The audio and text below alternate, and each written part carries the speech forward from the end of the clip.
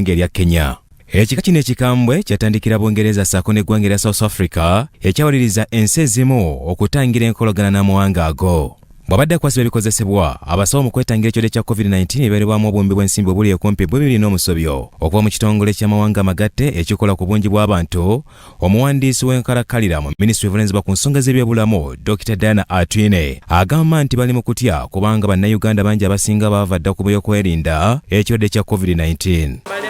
Kubanga obulamu tebugulwa ate obulamu tewali muntu anajja kutambula naawe abeere nga akujjukiza ekyo kizibu nnyo. N'omwana gw'ozadde tosobola kubeera ebudde bwonna era olina wotuuka n'omuwa independence n'akola kyayagala. So just kujjukiza abantu nti obulwadde weebuli wadde nga tubadde tulinamu voices ezimu ezigamba obulwadde tebuliwo abalala baconfusing abantu naye obulwadde weebuli era abantu bafudde.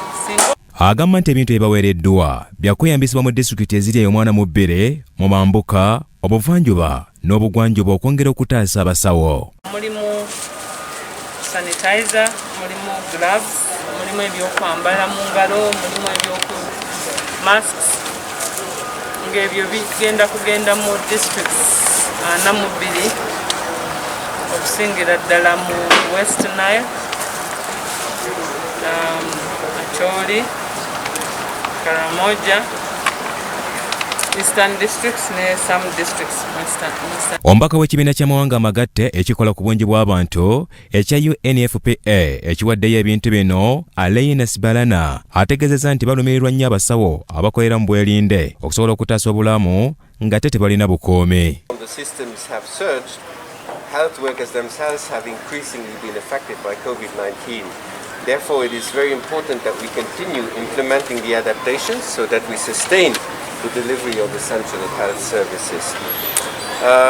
It is on this basis that we are today contributing personal protective equipment for the frontline health workers.